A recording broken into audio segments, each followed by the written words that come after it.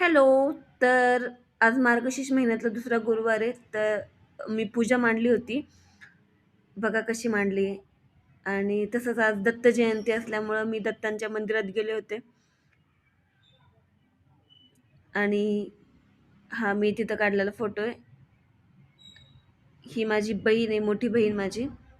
तसंच तिथं महाप्रसाद सुद्धा होता. तर आम्हाला उपवास असल्यामुळं मुलांना जेवायला बसवलं होतं. आणि गुरुवार आणि दत्त जयंती योगायोगाने असल्यामुळं खूप छान वाटत होतं.